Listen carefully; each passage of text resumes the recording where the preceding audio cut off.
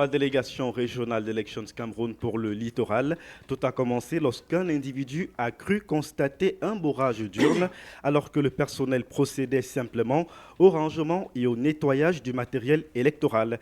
Il a alors mobilisé des mototaximens qui se sont attaqués aux agents d'Elections Cameroun, blessant l'un d'eux au visage et au bras. La police et la gendarmerie sont rapidement intervenus pour rétablir l'ordre, utilisant canons à eau et gaz lacrymogène. Plusieurs meneurs ont été interpellés. Le sous-préfet de Douala 5e et le préfet du département du Vouri se sont rendus sur place pour évaluer la situation. L'autorité administrative du département a rappelé que ces violences résultent de désinformation et de malentendus et que le Cameroun est un pays de droit où les résultats officiels seront proclamés par le Conseil constitutionnel. Pour prévenir de tels incidents, le préfet du Vouri a la veille notamment de cet incident, signé un arrêté interdisant toute manifestation non déclarée sur l'ensemble du département jusqu'à la prestation de serment du futur président. Et dans la même veine à Tchang, dans la région de l'Ouest, cette localité était également sous tension avec des manifestations marquées par des actes de vandalisme. La ville de Tchang a été le théâtre de violences et d'actes de vandalisme ce 15 octobre. Selon les autorités locales, des jeunes manifestants ont incendié 3 véhicules municipaux, 2 camions compacteurs de déchets et un camion benne de la commune. Plusieurs bâtiments sont également concernés. Il s'agit entre autres du palais de justice, de la maison du parti RDPC et d'une partie de la résidence du recteur de l'université de Tchang. Ces actions interviennent dans le cadre de contestations liées à la victoire revendiquée par Issa Tiroma Bakari. Jean de Dieu Momo, ministre délégué auprès du ministre de la Justice, déplore ces actes qui ont détruit, selon lui, un patrimoine historique, notamment le palais de justice de Tchang, construit dans les années 1930, symbole de l'histoire et de la mémoire de la ville. Selon les forces de l'ordre, les auteurs des destructions ont été appréhendés et la situation est désormais sous contrôle, tandis que les enquêtes se poursuivent. On reparle de cette affaire, l'affaire Diane Yango.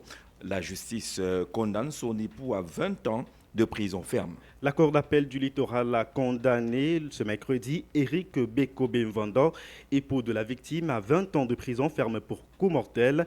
Absent de l'audience, un mandat d'arrêt a été émis contre lui. Le verdict a néanmoins été accueilli avec émotion par la famille de la jeune enseignante et mère de 3 enfants tués en novembre 2023 après de violentes agressions conjugales. Lors du premier jugement, le prévenu n'avait écopé que de 5 ans avec sursis et d'une amende de 52 000 francs CFA, une décision jugée scandaleusement clémente qui avait suscité une vague d'indignation jusqu'à l'international. Après un long combat judiciaire, la famille a obtenu gain de cause. De telles condamnations restent toutefois isolées dans des cas de féminicide, mais ces verdicts pourraient bien marquer un tournant dans la lutte contre ce phénomène.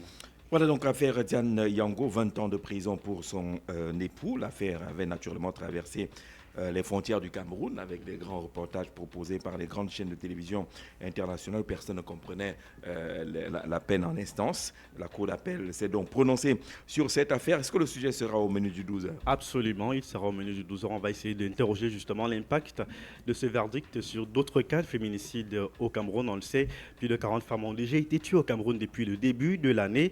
Il sera également question de la présidentielle avec ces manifestations qui ont eu lieu à Tchang et à Douala.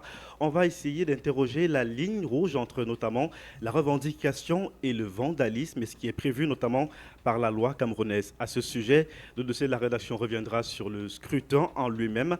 On tentera de comprendre comment est-ce possible que certains Camerounais n'aient pas pu voter avec des noms qui étaient absents des listes, notamment et des bureaux de vote qui ont été délocalisés sans réelle communication de la part des autorités compétentes. On parlera également de la journée mondiale de l'alimentation, c'est aujourd'hui. On tentera de comprendre comment les Camerounais font pour se nourrir entre la cherté de la vie et les délestages quotidiens. Et puis on verra comment se nourrir avec des produits locaux et surtout avec un budget réduit.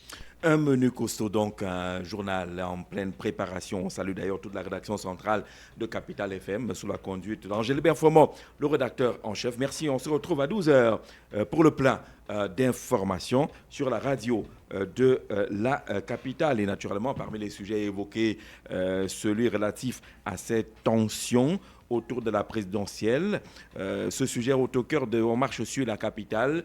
qui invitent les uns les autres à faire des propositions. Comment garantir un scrutin apaisé dans notre pays, avant, pendant, après, au moment où certaines tensions et certaines étincelles, quelques confusions sont également enregistrées, où l'action des réseaux sociaux et de quelques influenceurs paraît néfaste pour la paix dans notre pays. Des gens qui appellent des jeunes Camerounais à descendre dans la rue pour aller manifester, mais qui sont tranquillement chez eux, dans leur domicile bien climatisé, derrière leurs écrans et avec juste leur clavier en main.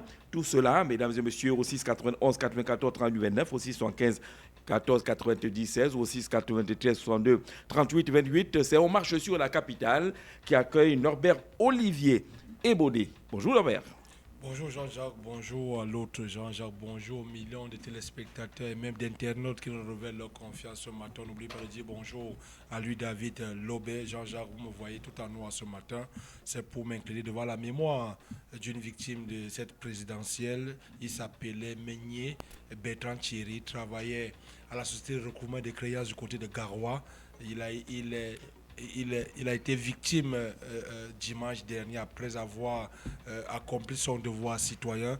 Nous avons, par le canal d'un cadet, du cadet de son défunt, nous étions hier en Balmayo du côté de Ouiac où sa veuve éplorée est venue avec ses petits-enfants. Jean-Jacques, la douleur est très lourde de ce côté-là. Jusqu'à dimanche à 16h, le défunt conversait encore avec ses proches. Oui. Aujourd'hui, il est dans la glace alors qu'il avait toute sa vie devant lui. Donc, c'est un jeune promis un très bel avenir. Un très bel avenir, Jean-Jacques. Oui. Et il a construit, il a même réussi, vous qui parlez tout le temps d'intégration sur ce plateau, il s'est construit une maison à Garoua qu'il a intégrée en août dernier. Vous imaginez, nous sommes le 16 aujourd'hui. Donc à peine un mois et demi dans sa nouvelle bâtisse et il s'en va à la fleur de l'âge, laissant derrière lui une famille éplorée. Il n'y a que l'aîné qui est au courant du décès de son père. Les fillettes, on leur dit que papa est couché, il va se relever. La douleur est lourde. Donc ceux de nos compatriotes qui ont choisi la voie de la casse, on leur dit le feu ne connaît pas les alliés de Cabral Libi, de Kamto, de Paul Biya, d'Issa Tiroma. Parce que c'est bien beau d'allumer un feu, mais il peut nous brûler tous. Il peut nous brûler tous. Une situation assez difficile, hein, vivre cela pour une jeune famille, sa jeune épouse, ses jeunes enfants, et tous les espoirs qui reposaient sur ce jeune Camerounais-là, qui est allé accomplir son devoir citoyen.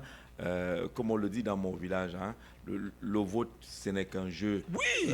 Vous choisissez quelqu'un, vous le votez. Et ce quelqu'un-là ne vient pas d'ailleurs. Il est un Camerounais comme les autres. Il est un Camerounais avec ses bons et ses mauvais côtés, parce qu'il n'y a pas d'ange, encore que les anges, mais on ne connaît pas leur sexe. Donc c'est un peu compliqué dans cette affaire. C'est dommage qu'on puisse atteindre ces extrêmes-là, qu'on puisse avoir... je dis, manifester cette méchanceté vis-à-vis de son prochain. Parce qu'à des occasions comme celle-ci, tout se glisse là-dedans. Ce n'est pas toujours des revendications politiques. Il y a des jalousies, il y a des règlements de compte. Il y a tout cela qui est mêlé à ce qui se passe aujourd'hui et dont les instigateurs sont très bien cachés